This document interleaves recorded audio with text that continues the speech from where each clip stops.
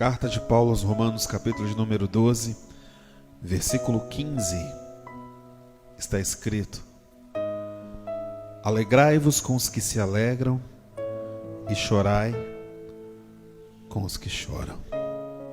Quando Paulo fala aos romanos, ou melhor, ele manda essa carta para a igreja que estava em Roma, ele fala acerca de amor, fervor, humildade e beneficência, que é a mesma coisa do que ajudar ao próximo.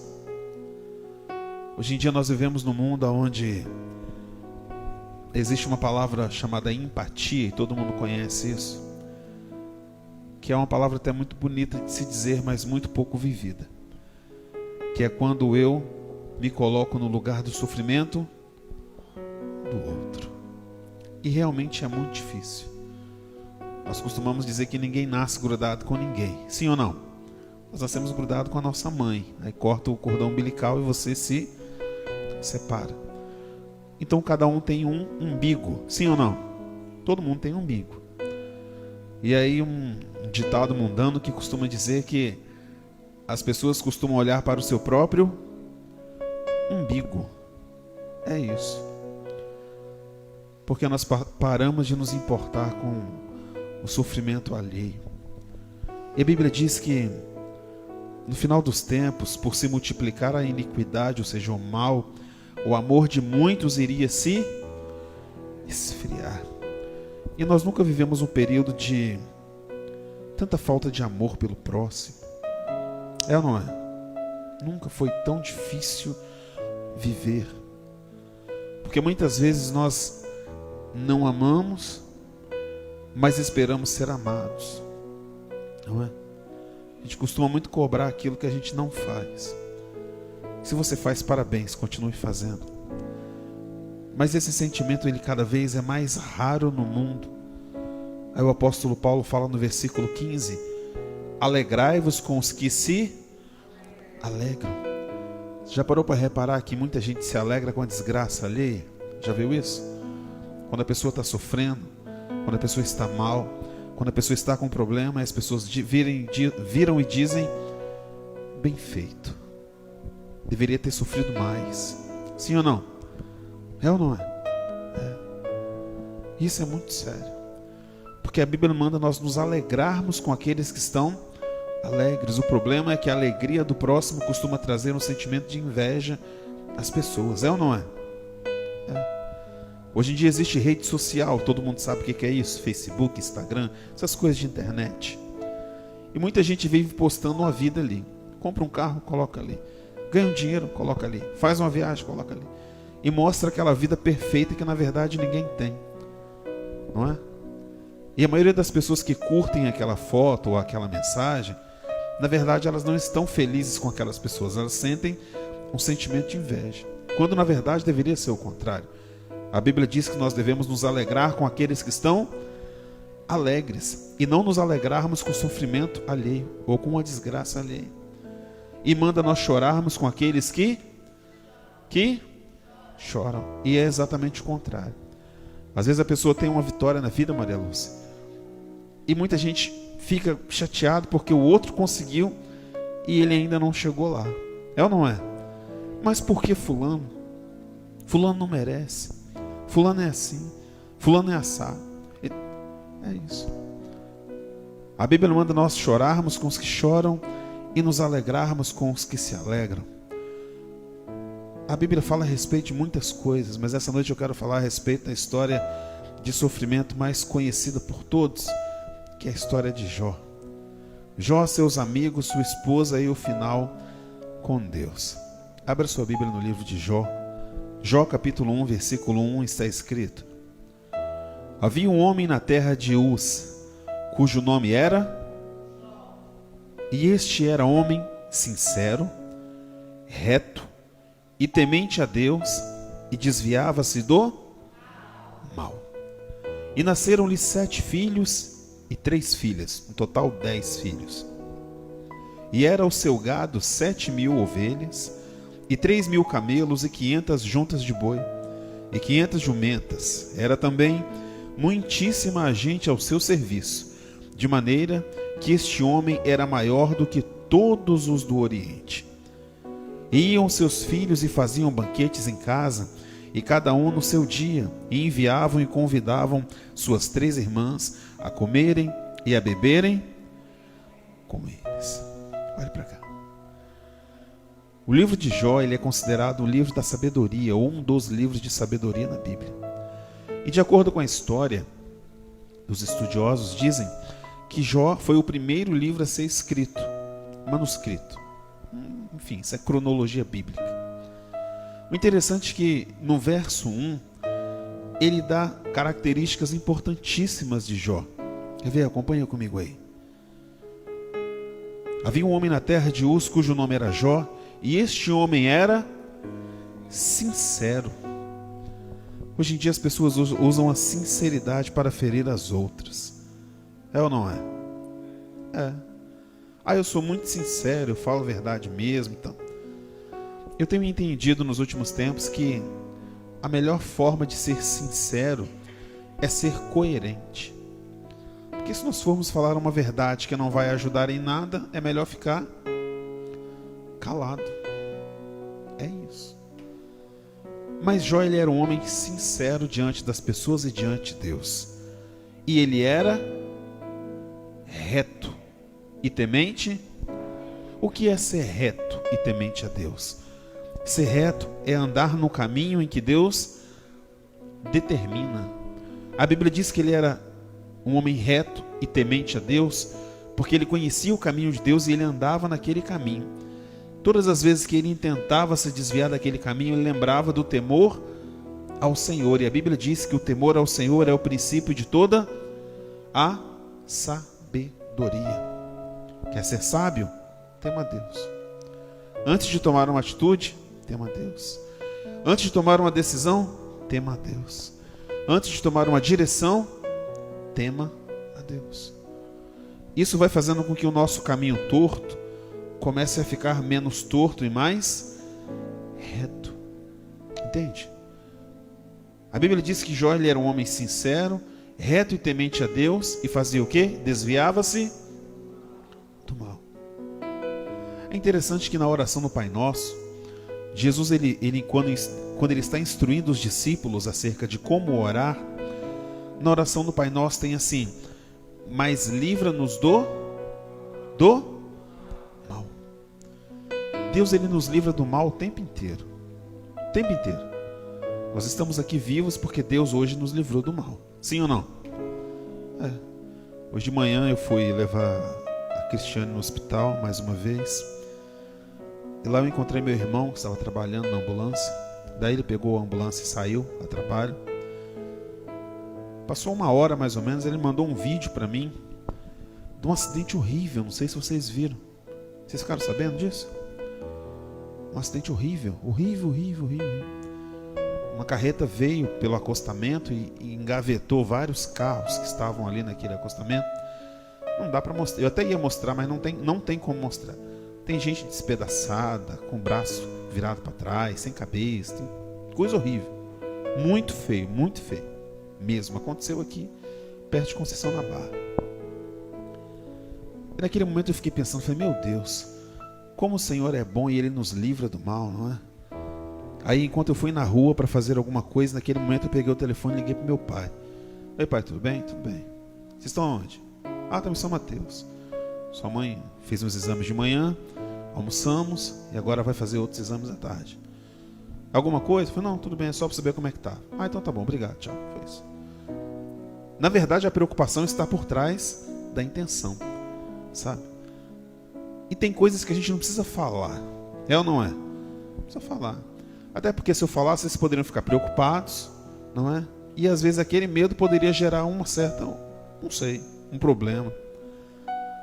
Então assim, essa é uma forma que nós temos, Sheila, de nos alegrarmos com aqueles que se alegram e chorar com aqueles que choram, quando nós, de fato, nos importamos com as pessoas.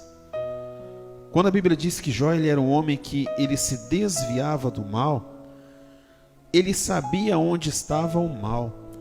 E o mal sempre está onde Deus não está. É simples assim. É só você olhar para uma situação, para uma coisa, para qualquer coisa. e você vê assim, poxa, isso aqui não agrada ao Senhor. Então significa que aquele caminho, aquela atitude, aquela decisão, aquela palavra, tudo aquilo vai te levar a um mal. Entende? A Bíblia diz que nós devemos resistir ao diabo e ele fugirá de vós. Ele foge da gente.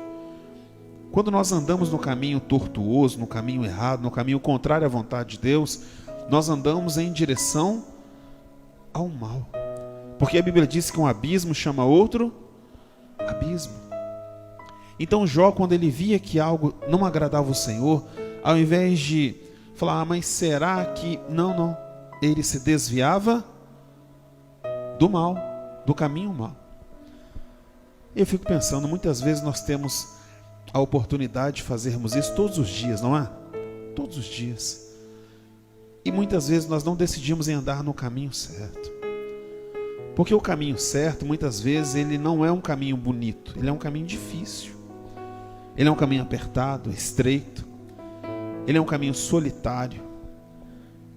Ele é um caminho onde tem muitas críticas.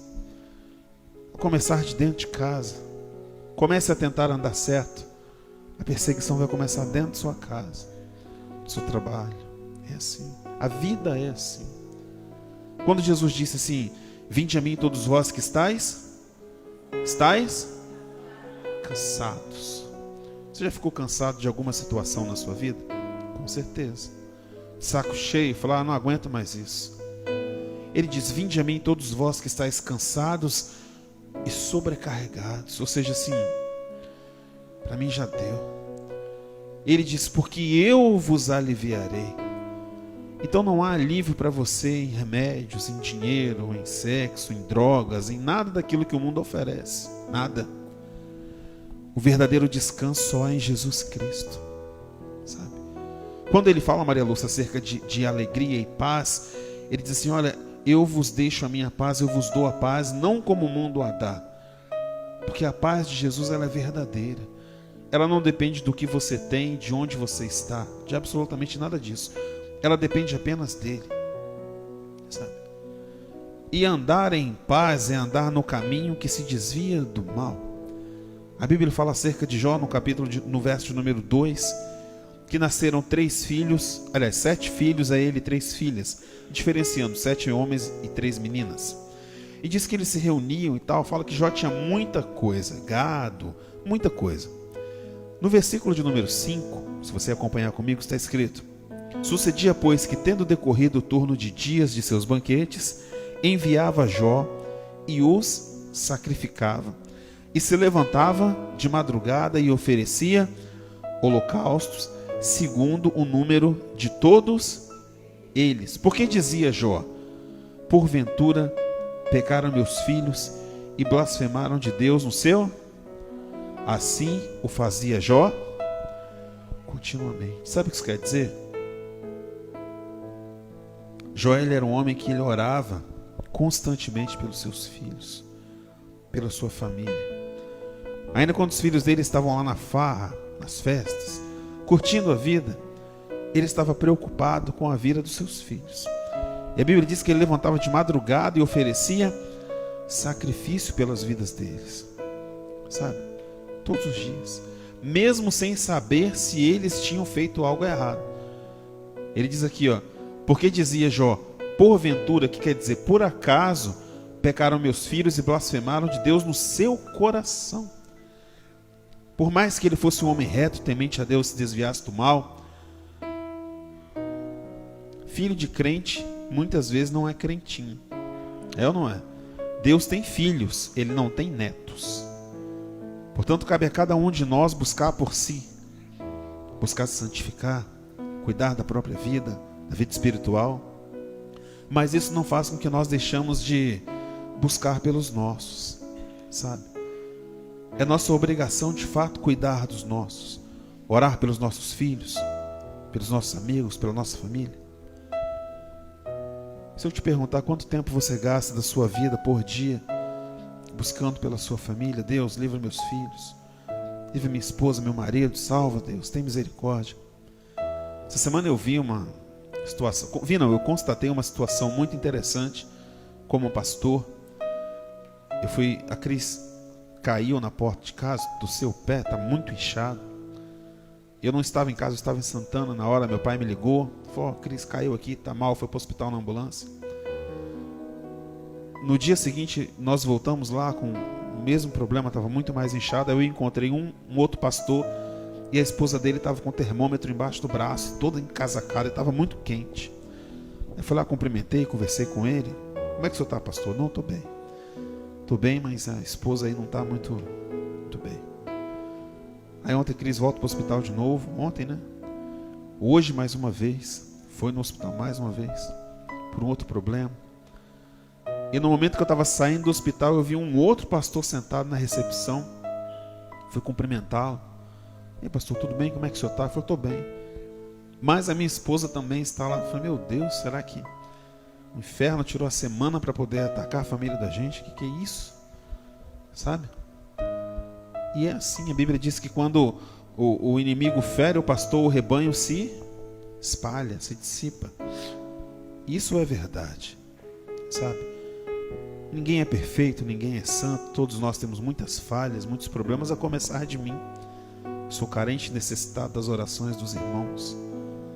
Às vezes o irmão fala, vamos orar pela família e tal. Que Deus cuide ore mesmo por mim, eu preciso das suas orações. Porque não é fácil. Oi? Não é fácil. Mas enfim.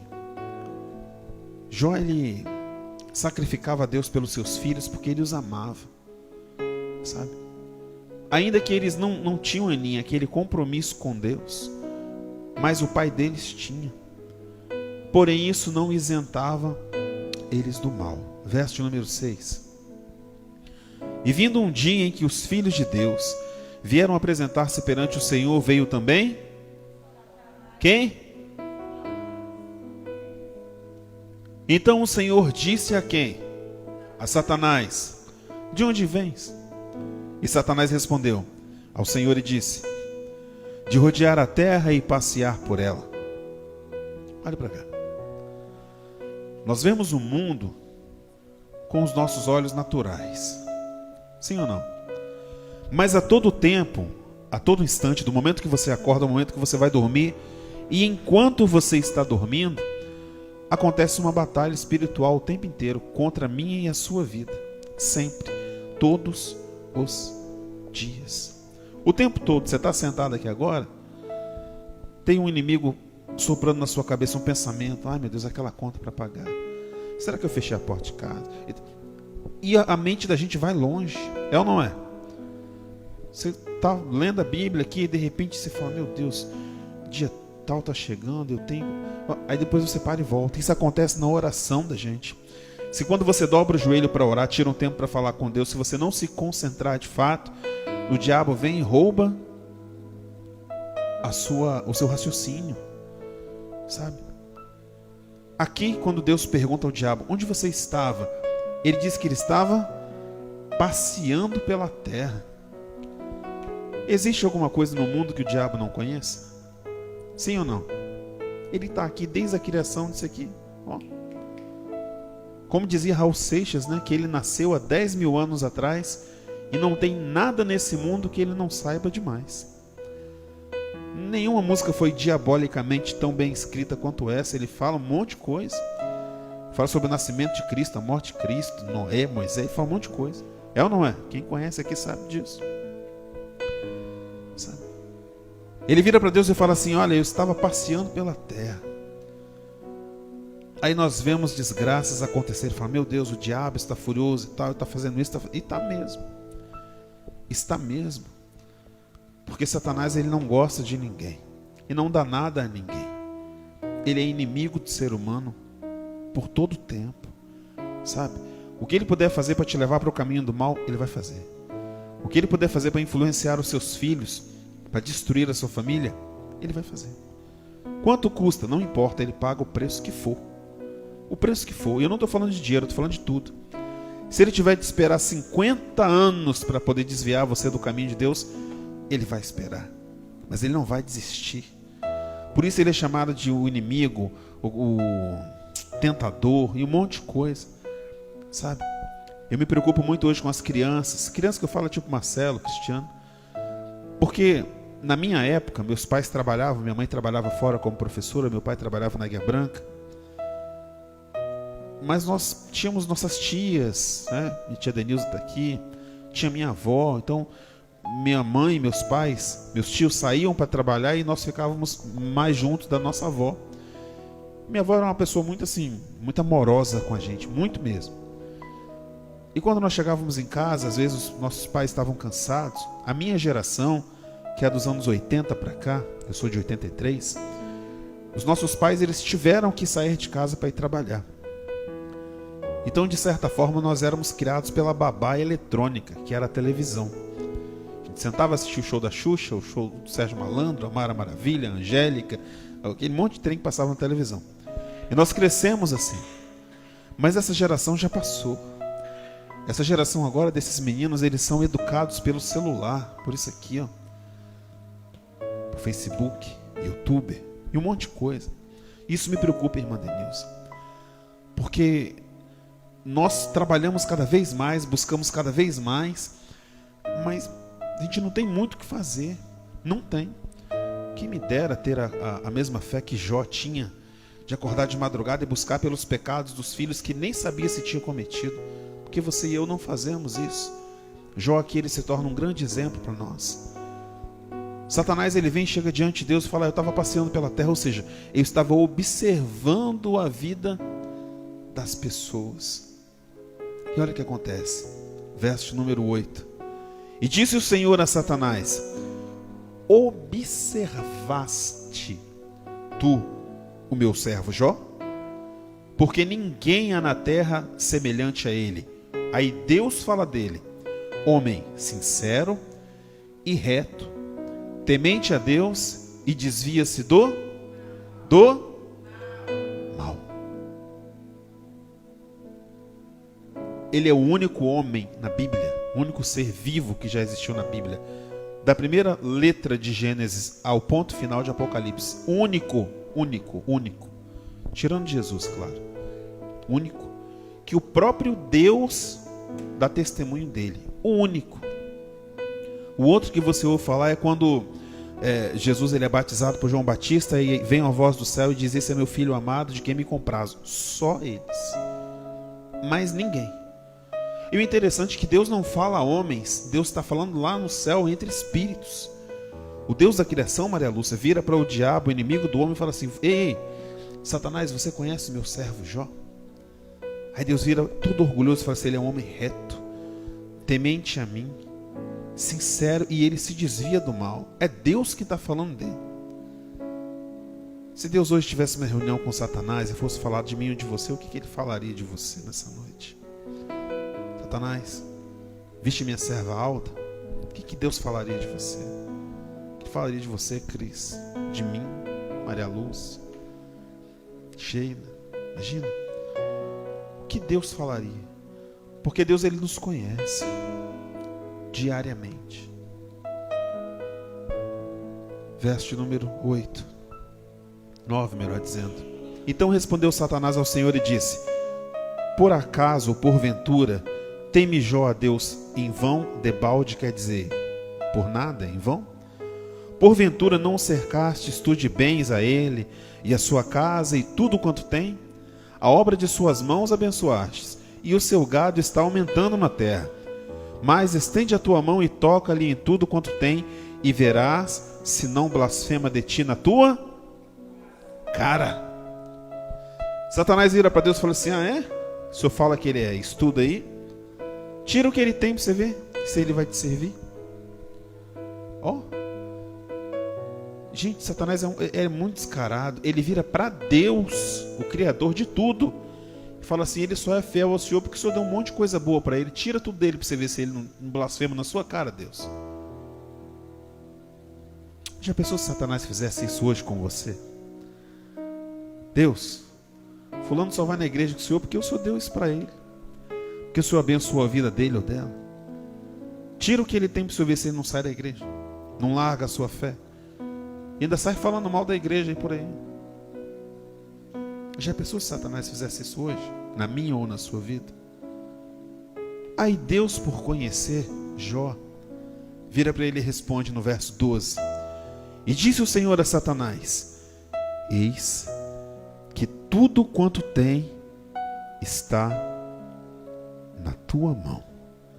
Somente contra ele não estendas a tua mão. E Satanás saiu da presença do Senhor. Olha para cá. A Bíblia diz no Salmo 90 ou 91, não lembro agora de cabeça: aquele que habita no esconderijo do Altíssimo, à sombra do Onipotente, descansará. Nesse momento, Deus pega a mão dele e retira de sobre a vida de Jó. E fala assim: você pode tocar em tudo que eu dei para ele, tudo, só não toca nele. A Bíblia diz que imediatamente Satanás desce do céu com sangue nos olhos. Fala: é hoje. É hoje. Porque nesse momento aqui, ele tinha a autorização do próprio Deus para fazer o que ele quisesse, o que ele quisesse. Sabe, ele chegou na terra assim, ele foi direto na casa de Jó, sabe? Se você falasse: Jesus está nascendo, ele falou: não, eu quero saber, eu quero Jó agora. Porque ele tinha autorização para... E o diabo, quando ele vem, ou melhor dizendo, o mal, quando ele vem sobre mim e sobre a sua vida, ele vem para nos dar duas lições. Para nos ensinar a sofrer, no caso, como sofrer, e nos mostrar a nossa posição diante de Deus. Porque aqui Satanás afirmou para Deus: se eu tocar em tudo, Deus, que ele tem, ele vai te negar. Aí Deus vira e fala: então vai lá e toca, só não toca nele. Satanás desce para a terra no verso número 13. Deixa eu coçar meu olho aqui. Aí. Verso 13. E aconteceu um dia em que seus filhos e filhas comiam e bebiam vinho na casa do seu irmão primogênito, que veio um mensageiro a Jó e lhe disse: os bois lavravam e as jumentas passeiam junto com eles. E eis que deram sobre eles os sabeus, e os tomaram, e os moços feriram a fio de espada, e eu somente escapei para te trazer a notícia. Olha só. Os filhos de Jó estavam todos reunidos na casa do mais velho, e chegou um mensageiro, um dos empregados de Jó, na casa de Jó. Patrão. Falei: o que foi, menino? O que foi? Eu estava lá no campo, cuidando do seu gado, e de repente veio um povo lá e roubou o gado todo e matou todo mundo. Lembra que nós lemos no começo que o texto diz que Jó, ele tinha muitos empregados? O povo morreu tudo de uma vez, assim. O povo saiu matando e roubando. Enquanto ele ainda estava terminando de falar, no verso 16, olha o que está escrito: estando este ainda falando, veio o outro e disse: fogo de Deus caiu do céu e queimou as ovelhas e os moços e os consumiu, e só eu escapei para te trazer a notícia. Peraí, ele estava assim: meu Deus, eu acabei de perder meu gado todo, agora as ovelhas. Ele estava tentando digerir a primeira notícia. Ainda, verso 17. E estando ainda este outro falando, veio o outro e disse: ordenando os caldeus 3 bandos, deram sobre os camelos e os tomaram, e os moços feriram a fio de espada, e só eu escapei para te trazer a notícia. Ele falou assim: agora eu estou falido. Acabou. Imagina, você está em casa assim, de repente chega lá um carteiro com a carta: dono fulano, dá uma carta para o senhor aqui, para o senhor. Aí quando você pega lá, tá: benefício cancelado pelo INSS. Pá. Você fala: meu Deus. Aí você vai na agência, por favor, não tem jeito não. Aí você lembra, fala: bom, eu vou no banco tirar aquela reserva. Quando você chega lá, o banco fala: o banco faliu. Acabou. Misericórdia, o que eu vou fazer agora, meu Deus? Eu tenho uma folha de cheque, eu vou no agiota, o agiota foi embora da cidade. Acabou. Vou pedir para fulano falou: infelizmente o que eu tinha. Imagina, ele perdeu tudo, ele já não tinha mais nada. A sua segurança, que era o seu dinheiro, até então, acabou assim, ó. Acabou um pouco, Depois acabou tudo de uma vez. Enquanto um estava dando a primeira má notícia, veio o segundo, veio o terceiro, e falou, meu Deus. Enquanto ele tentava digerir com as pernas bambas ainda o que tinha acontecido, no verso 18, está escrito: estando ainda este falando, veio o outro e disse: estando teus filhos e tuas filhas comendo e bebendo vinho em casa do seu irmão primogênito, eis que um grande vento sobreveio da além do deserto, e deu dos quatro cantos da casa, a qual caiu sobre os jovens, e morreram. E só eu escapei para te trazer a notícia. Assim, ó, pá, pá, pá, pá, pá. Sabe o que eu acho interessante nisso aqui? É que tem gente que ainda brinca com o diabo. Já ouviu aquela frase que diz que você pode brincar de ser crente, mas Satanás não brinca de ser Satanás? Ele não brinca mesmo. O que ele puder fazer para vir arrebentar com a sua vida, ele vai fazer. O que ele precisar fazer, sabe? Por isso a Bíblia diz que nós não devemos dar lugar ao diabo. Você já parou para pensar na sua vida quantos lugares na sua vida estão ocupados por Satanás? Se você estivesse dirigindo um carro indo daqui para São Mateus, você daria carona para o diabo? Sim ou não? Tem certeza? A gente fala, eu não boto o diabo dentro do meu carro, mas bota dentro da vida. Todas as vezes que você abre uma brecha através de um pecado, você está colocando Satanás dentro da sua vida. É assim. E isso é sério. O problema, Sheila, é que a gente não acredita que Satanás existe. E é exatamente isso que ele quer. Ele quer que as pessoas pensem que ele não existe. Ele está quietinho ali. Diga uma coisa aqui. Quando Jó perdeu o gado, um, depois o outro, Satanás apareceu em algum momento? Ele usou pessoas. Primeiro veio o povo tal e arrancou um gado e matou o povo. Depois veio outro povo tal e roubou. Foi assim. Satanás, ele usa pessoas o tempo todo. Ele não vai aparecer na sua casa e deitar na sua cama, ou não vai aparecer no seu carro e sentar no carona. Ele vai usar alguém. Sempre, sempre, sempre, sempre, sempre, sempre. Sempre. Esses dias eu estava conversando com uma pessoa, aí ele ficou chateado lá e tal. Eu vi que estava meio alterado. Falei, meu irmão, então Deus te abençoe e tal. Aí fui meio sem ir para casa, sem entender o que tinha acontecido. No outro dia, fui no banco, ou indo para o banco, não sei. Eu estacionei meu carro e encontrei a mesma pessoa. Ele veio e me deu um abraço. Pai do Senhor, pastor. Eu falei, meu Deus, não parece a mesma pessoa de ontem à noite. Ontem à noite, não, à tarde. Parecia que a mesma pessoa estava num momento cheia de Satanás, e no outro dia, a mesma pessoa estava cheia. E às vezes nós batemos boca, discutimos, brigamos, arrumamos um monte de problema com pessoas, achando que a gente está falando com aquela pessoa, e na verdade você está falando com Satanás. Por isso está escrito que a nossa luta, ela não é contra carne, nem sangue. Ou seja, não é contra pessoas, mas sim contra principados e potestades. É lá em cima. Quer vencer uma luta? Bota seu joelho no chão e coloca na mão de Deus. É assim. Não tem outro jeito. Não tem. Não tem. Jó perdeu tudo o que ele tinha. Tudo. Verso de número 21. 21 não, 20. Então Jó se levantou e rasgou o seu manto, e rapou a sua cabeça e se lançou na terra. E por que ele não chorou?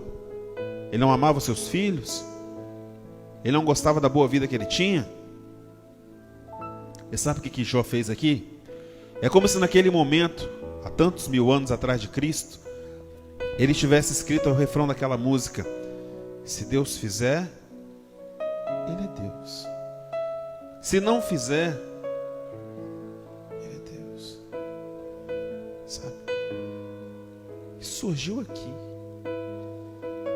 Te louvarei, como nós cantamos ainda agora. Não importa a circunstância. Você já viu alguém receber um diagnóstico de câncer terminal e falar, glória a Deus, Deus, eu te louvo? Você já viu alguém fazer isso? Tem, mas é muito raro. Ou alguém chegar para trabalhar e tá lá a folha de demissão, ó, aviso prévio, assina aqui, estamos demitindo você agora. O Senhor seja louvado por isso. Já viu isso acontecer? É raro. A mulher foi embora, o marido foi embora, traiu, descobriu o amante, o Senhor seja louvado por isso. Já viu alguém fazer isso? Seu filho está doente e não há tratamento para ele, o Senhor... Parece loucura, não parece? E é. Porque a Bíblia diz que o Evangelho, ele é loucura para o mundo. Mas para nós o Evangelho significa boas novas, boas notícias. Como foram ditas aqui, más notícias. Para nós ele é o poder de Deus. Porque toda vez que você enfrentar uma situação difícil, uma perda, uma dificuldade, sabe o que isso quer dizer? Olha para cá. Quer dizer que o Senhor, ele não está te testando. Ele está provando a sua fé, para que lá na frente você entenda o que é ser mais do que vencedor. É isso. A vida é difícil para todo mundo, para o rico, para o pobre, para o rico, para o pobre, para o preto, para o magro, para todo mundo. A vida não é fácil, gente. Eu já estive com homens milionários, que a gente nem sabe medir o que é 1 milhão. Eu pelo menos não sei, nunca nem vi. De ver o sujeito assim, com a mão na cabeça, desesperado, passando a mão na cabeça, assim, e vendo o pai assim, na beira da piscina ali, igual um vegetal, morto praticamente de câncer, de Alzheimer, todo, só esperando o velho parar de respirar para enterrar. Eu vi isso, eu olhei e falei, meu Deus, todo o dinheiro dele agora não vale nada. Não há alegria no mundo nesse momento que tire esse sentimento do coração dele, não há. Porque ele não podia fazer mais nada pelo seu pai. Nada. E eu estou falando de gente rica. Rico é rico mesmo, que pega assim 200, 300 mil reais e dá. Eu vi ele fazer isso. Eu vi, com esses olhos aqui, eu vi pegar, acho que foi 300 mil, né? E dá. Eu tomo 300 mil. Não para mim, quem dera. Não foi para mim não. Sabe? Jó, quando ele recebe todas essas más notícias, ele vai e faz aquilo que ele estava acostumado a fazer. Lembra quando lá atrás nós vimos que ele oferecia sacrifícios a Deus pelo pecado dos seus filhos? Ele sabia, pai, que estando bem, estando mal, estando certo, estando errado, a ele importava andar no caminho de Deus, no caminho certo. Ah, mas todo mundo está indo no caminho errado. Deixa eles para lá. Eu vou seguir a Deus. Assim como Josué disse, o povo vira e fala assim, nós vamos ver um outro Deus aí. Ele falou, vocês fazem o que vocês quiserem, porém eu e a minha casa serviremos ao Senhor. Esse é o contexto dessa frase que todo mundo conhece. O povo estava querendo sair fora de Deus, falando, não, vocês podem ir para onde vocês quiserem. Eu não, eu e a minha família vamos seguir servindo ao Senhor. Sabe, isso é importante.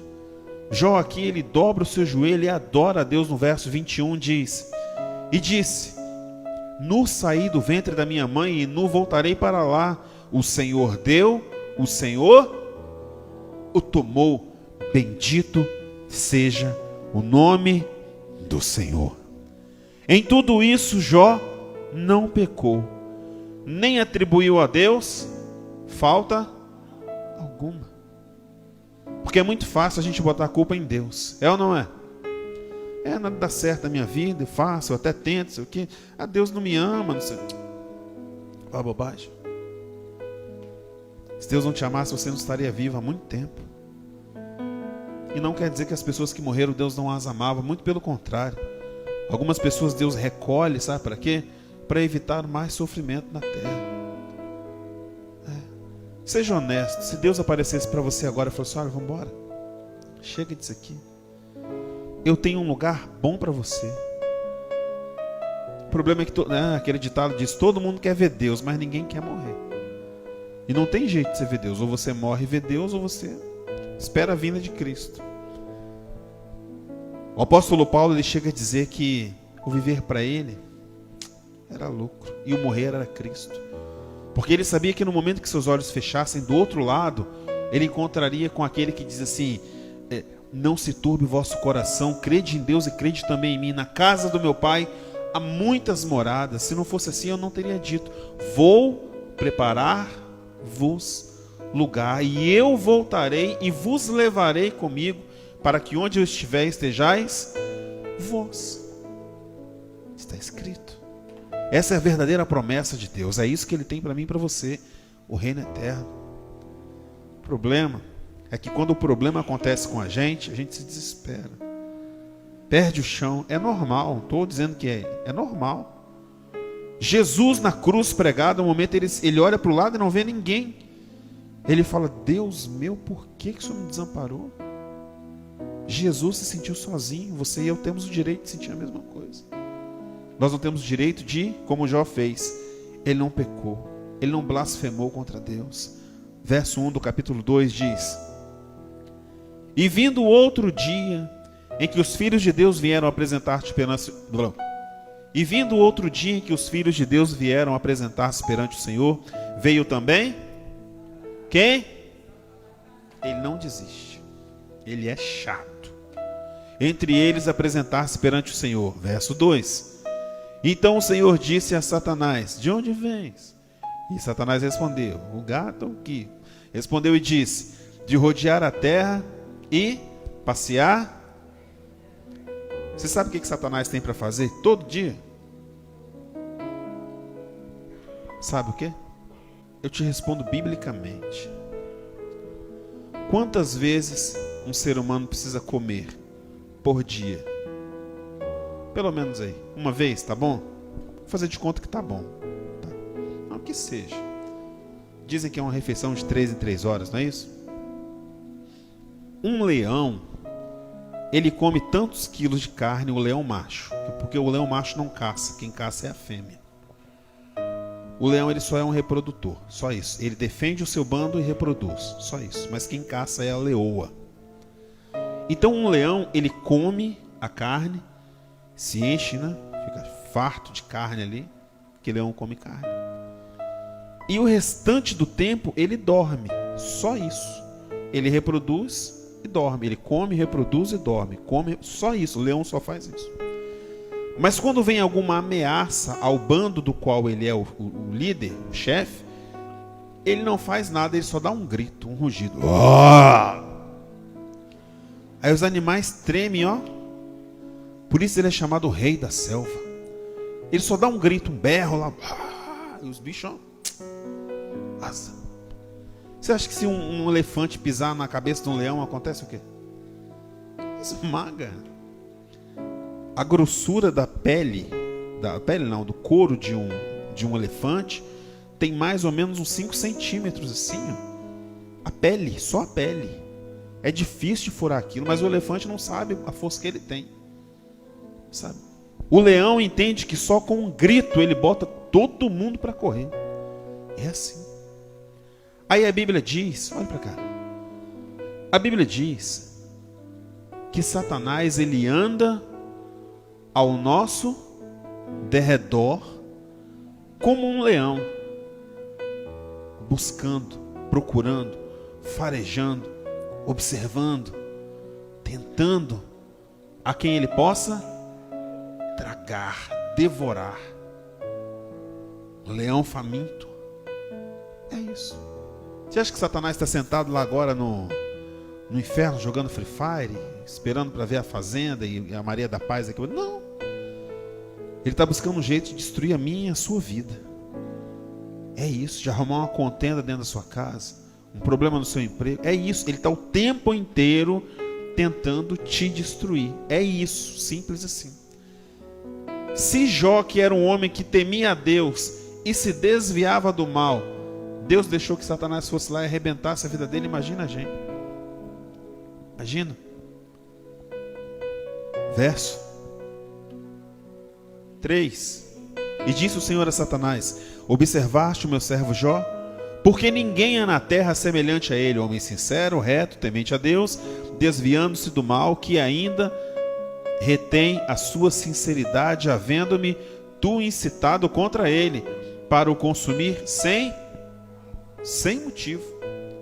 Satanás, ele é um ser tão desgraçado, tão, sabe, que ele vira na cara de Deus no verso 4 e diz: então Satanás respondeu ao Senhor e disse: pele por pele, e tudo quanto o homem tem dará pela sua vida.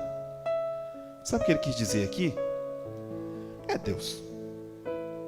Ele perdeu o que ele tinha, mas se ele trabalhar de novo, ele pode conseguir, né? Os filhos morreram, mas a mulher dele ainda está viva. Ele pode ter mais quantos filhos ele quiser. Porque tendo saúde, né, Deus? Não é isso que a gente fala? Pode perder tudo. Se você tiver saúde, você consegue tudo de novo. É ou não é? É assim que a gente fala. Satanás vira na cara de Deus e fala assim: Deus, também ele tem saúde, né? Aí é fácil. Aí Deus vira para Satanás aqui no verso 5 e diz: estende, porém, a tua mão e toca-lhe nos ossos e na carne, e verás se não blasfema de ti na tua cara. Olha para cá. Doença no osso, vamos lá. Mãe que é especialista nesse negócio, fala aí. Osteoporose, o que mais? Artrite, artrose, bico de papagaio, bursite, o que mais? Hérnia, vamos lá, gente. Tendinite, não, tendinite não dá no osso não, tendinite é nos tendões. Ixi, tem uma doença que chama osso de vidro, já viu isso? Que os ossos vão trincando como se fosse vidro e não cola mais. Satanás vira para Deus e fala assim: Deus, se eu tocar nos ossos dele. Agora vamos para as doenças da carne. Vamos lá, mãe. Doenças da carne. Vamos lá. Lepra, câncer. Vamos lá. O que mais? Diarreia, catapora, sarampo, AIDS, tudo que não presta. Chega, senão não vão virar a noite aqui. Deus vira para Satanás e diz o seguinte, no verso 6. E disse o Senhor a Satanás: eis que ele está na tua mão. Poupa-lhe, porém, a sua vida. Deus fala assim: olha, eu permito agora que você vá e destrua a carne dele, mas não o mate. Se Deus colocasse você hoje por 1 hora na mão de Satanás, o que você acha que aconteceria com você? Porque aqui nós estamos falando de um homem em que Deus garantia. Sim ou não? Deus disse que ele é um homem reto, íntegro. Deus garantia. Falou: não, vai lá e toca nele. Mas olhando para a nossa vida hoje, será que de fato Deus ele avaliza a nossa conduta, aquilo que a gente faz? Porque se Satanás chegar diante de Deus e falar assim: Deus, fulano te serve e tal, Deus falar: vai lá e toca na vida dele ou dela. Mas será que Satanás, talvez ele nem precisasse vir. Ele fala: não preciso não, eu já faço parte da vida. Isso é muito sério. Por isso a Bíblia manda nós resistirmos ao diabo. Sabe, ele quer entrar, você vai lá e empurra a porta. E ele força a porta, você bota a pé na porta. Ele tenta arrombar, você bota um trinco, bota uma tramela, bota qualquer... mas não deixa o diabo entrar. Porque é aquilo que nós sempre lemos aqui. Sempre lemos isso aqui. Satanás, ele faz uma miséria na vida da pessoa. Às vezes a pessoa não vê, não percebe. E Satanás está destruindo ali aos poucos. Quando a luz se acende na vida daquela pessoa e ela conhece o Senhor Jesus, o Espírito Santo vem e limpa aquela casa e pega na bunda dele, dá um chute, fala: sai daqui, capeta. E o diabo sai. E aquela casa começa a ser adornada, como diz a Bíblia. Aquele espírito que foi expulso saiu dali. A Bíblia diz que ele anda por lugares secos, áridos. Sabe? E lá ele lembra assim da casa dele. Ele fala assim: bom, eu vou voltar para minha casa e vou levar mais 7 coleguinhas piores do que ele. Imagina. Saiu o Fernandinho Beiramar, agora ele volta com um Estado Islâmico. E aí, meu amigo? A Bíblia diz: e tornou-se o último estado do homem pior do que o primeiro. Sabe por quê? De novo, Satanás não brinca de ser quem ele é. Jamais. Ele até coloca um nariz de palhaço, mas no final ele tira a máscara e mostra realmente quem ele é. Satanás não tem nada de bom a oferecer para ninguém. Ele vem aqui, no verso 7. Então saiu Satanás da presença do Senhor e feriu a Jó de uma chaga maligna, desde a planta do pé até o alto da cabeça. Você já teve alguma doença assim? Alguém já teve uma doença assim? No corpo todo? Sim ou não? Eu já tive. Ainda era adolescente. Eu tenho poucos pelos no corpo porque eu sou negro. Então os negros têm poucos pelos no corpo. Isso é da genética da gente. Os brancos costumam ser mais peludos. Então eu praticamente não tenho pelo no corpo. Mas eu me lembro que um dia eu vi no meu braço umas bolinhas amarelinhas, uns cabelinhos assim, não dá nem para ver o cabelo no meu braço. E aquilo é uma coceirinha muito simples. Passou um dia, 2, 3. E eu fui vendo que aquelas bolinhas, elas começaram a se espalhar no corpo, mas só uma coceirinha e tal. Passaram-se semanas. Do meu pescoço para baixo, literalmente, onde você imaginar, do pescoço até o pé, todos os meus poros é esse buraquinho de onde sai o cabelo do corpo da gente. Todos os meus poros, todos inflamaram. Todos. Do pescoço para baixo. Tudo. Eu jovem naquela época, adolescente ainda, bonitão. Eu já fui bonito, gente. Eu não sou hoje, mas eu já fui.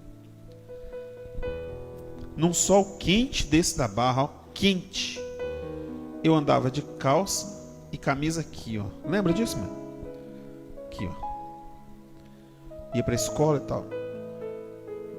E aí, minha mãe, né, como mãe, ela começou a perceber que nas minhas roupas, elas tinham um melado, uma coisa estranha. O que foi, Eda? O que está acontecendo? Não, mãe, tá tudo bem, tudo certo. Porque eu também não sabia o que era. E eu me lembro quando eu ia para a escola, na hora de sentar, quando eu sentava na carteira, aquelas feridas enormes, aquelas cascas, elas quebravam, e o pus saía e melava a roupa toda, e era na cueca, na calça que eu estava, na meia, tudo. E o mau cheiro começou a subir do corpo. Até que um dia minha mãe estava em casa com minha tia Célia, aí eu tomei banho rapidinho, e quando eu fui para o quarto, minha mãe viu, falou: o que é isso no seu corpo?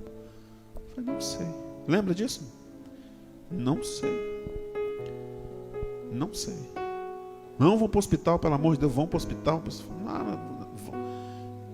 Falando assim não dá para você imaginar, mas era, eu estou falando sério, era literalmente podre, porque fedia, era pus podre daqui para baixo. Aliás, daqui, da base do pescoço para baixo. Tudo que você imaginar tinha pereba e pus, tudo. E coçava, muito. Mas eu não sabia o que era aquilo. Ainda não conhecia o Senhor. Aí eu fui ao médico. O médico, não esqueço disso, eu tenho 35 anos, já tenho uns 20 anos ou mais. Ele passou uma pomada chamada Nedax, uma pomada rosa. Lembra disso? A mãe comprou a pomada, tal, botou lá. Eu me lembro que na primeira noite, quando eu deitei, eu liguei um rádio, tinha um rádio velhinho lá em casa. Lembra? Que um rádio cinza, velho, ele era revestido com couro de dinossauro, de tão velho que ele era. Eu liguei o rádio, fui ele virando aquele botãozão, e foi até que ele caiu numa rádio, que até hoje eu não sei qual é. Aí o pessoal conversando na rádio, tal, daqui a pouco alguém vira e fala assim: vamos fazer uma oração. Você está aí, na época dava para colocar, pega um copo de água, coloca em cima do seu rádio e tal. Eu falei: gente, sério, né? Não vou fazer isso não, acredito nessas coisas não. Se você não pode fazer isso, estenda a sua mão sobre a sua cabeça e ore conosco. Eu estava deitado na cama, que meu quarto ele era do lado da cozinha, então o acesso ao rádio era só abrir a janela e pegar o rádio assim e botar para dentro. Ligado naquela emissora naquela noite, quando eles começaram a orar, eu estava deitado, olhando para cima, do jeito que eu estava, eu fiquei. E naquele momento eu senti assim um nada, sabe? Como se eu estivesse bem, do nada, bem. No outro dia, as feridas estavam todas secas, ainda estavam lá, mas estava tudo com casca. E eu não estava acreditando. Eu pegava a ferida e ficava quebrando assim, para ver se tinha pus embaixo, mas não tinha mais. E eu continuei usando a pomada, não foi? Por algum tempo ainda, por desencargo de consciência. Então, só para você ter noção e eu não demorar. Todos os dias, a minha mãe tinha que lavar as minhas cuecas, a minha calça ou bermuda, minha meia e minha camisa. Lavar com sabão neutro, botar para secar, virar do avesso e passar peça por... Não era? Todos os dias. Porque aquilo foi infecção bacteriana ou diabólica, não sei. Então eu sei o que é estar desse jeito. Mas logicamente meu sofrimento não se compara ao de Jó. Esse homem ele ficou podre em vida, fedendo. E a Bíblia diz que a sua mulher vira para ele e fala assim: olha, quer saber de uma coisa? Esse Deus que você fala, que você serve, que você sacrificava pelos nossos filhos, isso não vale nada não. Deixa isso para lá. Vão sair dessa igreja, pelo amor de Deus. Vão cuidar da nossa vida, porque não dá para viver desse jeito não. Aí ele vira e fala assim: mulher, Deus tomou, você aceitou os benefícios de Deus e agora que Deus tirou tudo, você... Não, nada disso. Nós vamos continuar servindo a Deus. E a Bíblia fala acerca dos amigos de Jó, que vieram depois ter com ele, souberam que Jó estava muito mal, e vieram visitar, e eles começam a falar: Jó, mas será que você não cometeu um pecado assim, que você não lembra? E ele falou: gente, eu não sei, talvez. Porque nessas horas, nem todo amigo é amigo, sabe, Sheila? As pessoas muitas vezes deveriam chegar na gente e fazer o que nós começamos lendo em Romanos 12, 15. Chorar com os que choram. Porque muitas vezes a gente não precisa de conselho, a gente só precisa de um ombro. É ou não é? Muitas vezes a gente não precisa de muita coisa, a gente só precisa de verdadeiros amigos.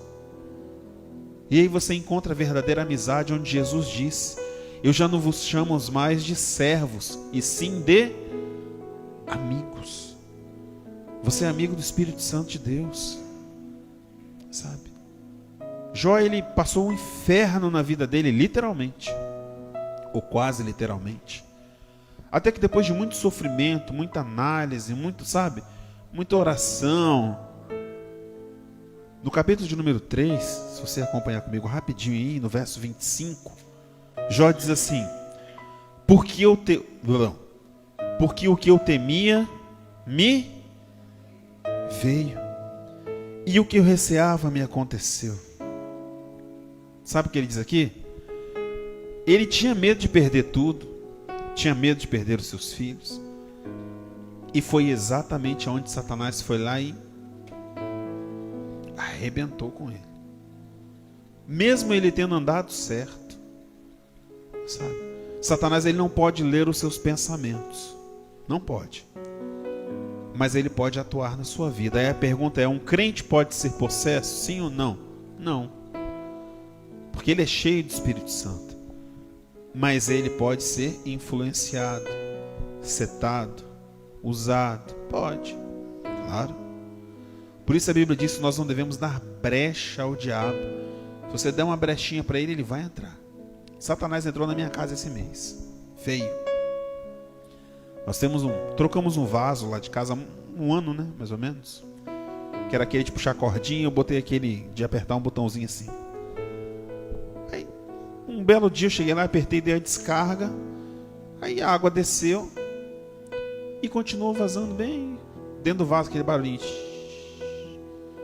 Aí foi um dia, 2, uma semana, 2. Aí nós aprendemos a lidar com o vaso quebrado. Então nós usávamos o vaso, apertávamos o botãozinho, aí nós tínhamos que levantar a tampa de que negócio lá, e puxar um negócio para ele parar de descer a água. Mas foi passando. Aí quando chegou esse mês, que minha mãe que recebe as contas lá de casa, minha mãe veio lá com aquela surpresa. Falou: tem uma surpresa para você aqui. Quando eu peguei a conta de água, ela veio o dobro. Eu falei: não é possível, Satanás está tomando banho aqui em casa. Não é possível, a água dobrou. Eu falei: não é possível. Aí eu fiquei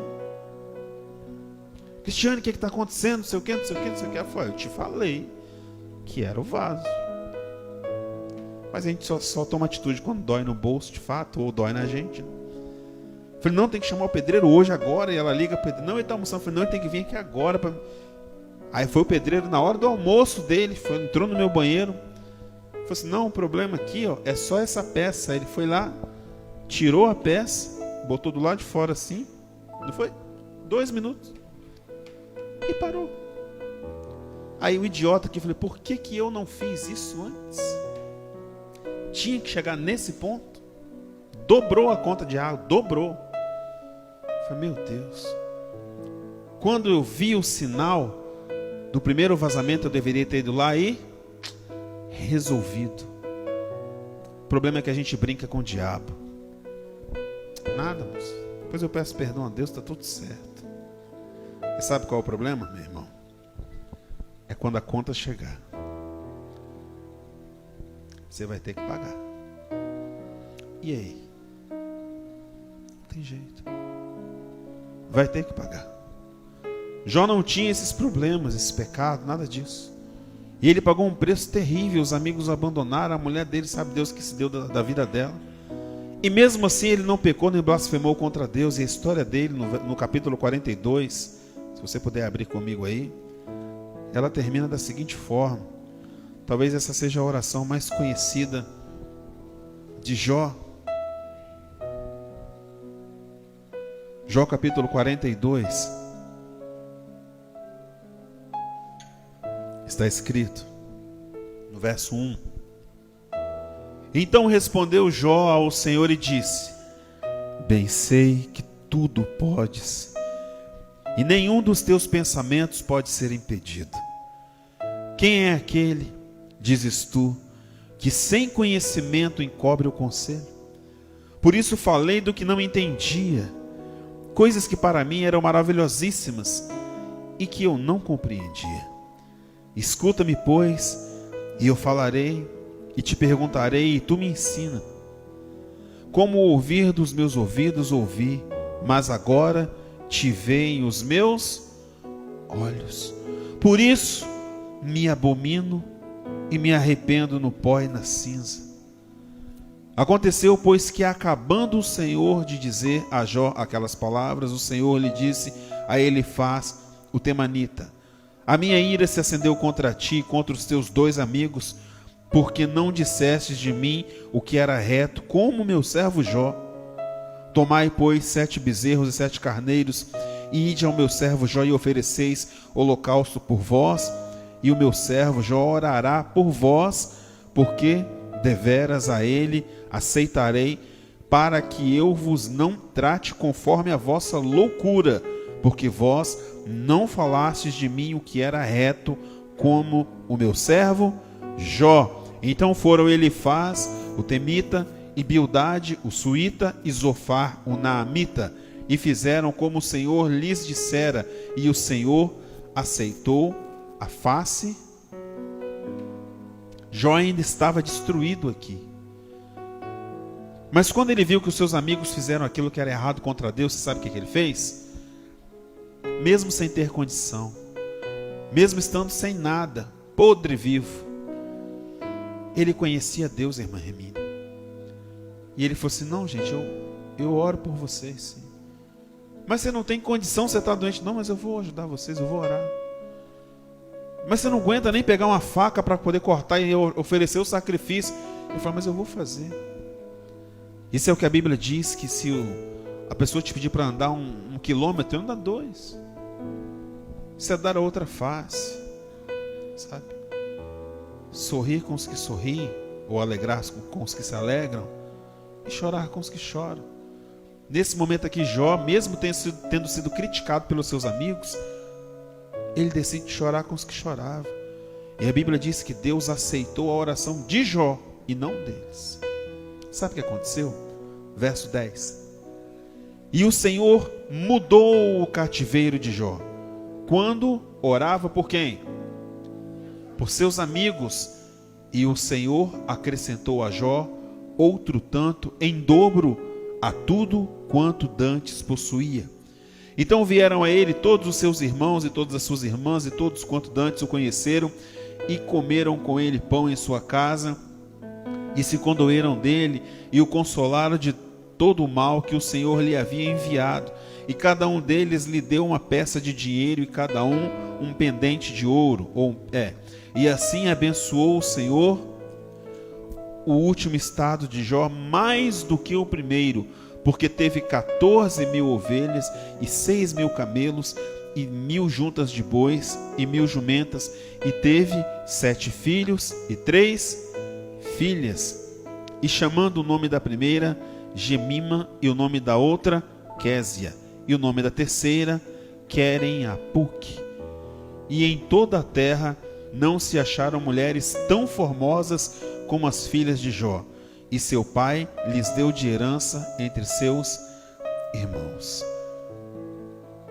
No verso 13, melhor dizendo, diz que Deus deu mais 3 filhas a ele e 7 filhos, mas não diz que deu tudo a ele em dobro? Por que não deu os filhos e filhas em dobro? Eram para ser 20, não é isso? 14 homens e 6 mulheres. Sabe por quê? Porque mesmo morto, eles não deixaram de ser filhos. Entendeu? Poxa, mas eu não posso fazer mais por aqueles que se foram. Faça por aqueles que estão com você. Mas aquela pessoa não tem mais contato. Faça por aquela que Deus coloca no seu caminho todos os dias. Pelos seus irmãos. O passado acabou. O que importa é da agora para frente. Sabe? E ele teve esses filhos e filhas. Deus dobrou tudo o que ele tinha antes.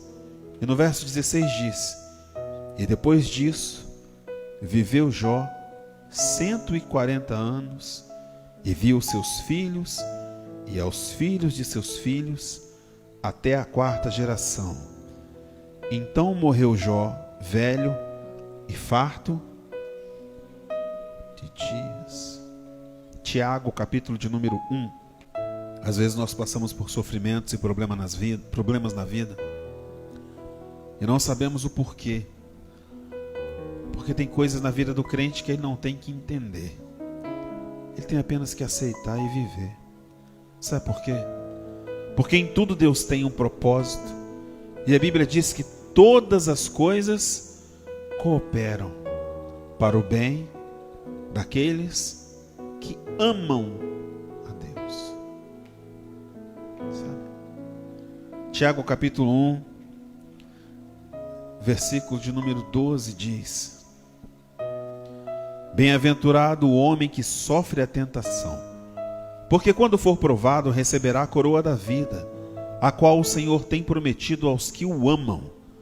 Ninguém sendo tentado diga: de Deus sou tentado, porque Deus não pode ser tentado pelo mal, e a ninguém, mas cada um é tentado quando atraído e enganado pela sua própria concupiscência, pelo seu próprio desejo. Depois, havendo a concupiscência concebido, dá a luz ao pecado. E o pecado, sendo consumado, gera a... Verso 16 diz: não erreis, meus amados irmãos. A escolha de permitir se Satanás vai entrar na sua vida ou não, é sua. E talvez haja sofrimento na minha e na sua vida. A minha e a sua alma se entristece, porque muitas vezes nós nos sentimos abandonados por Deus. Mas essa noite o Senhor quer curar a minha e a sua alma. Sabe?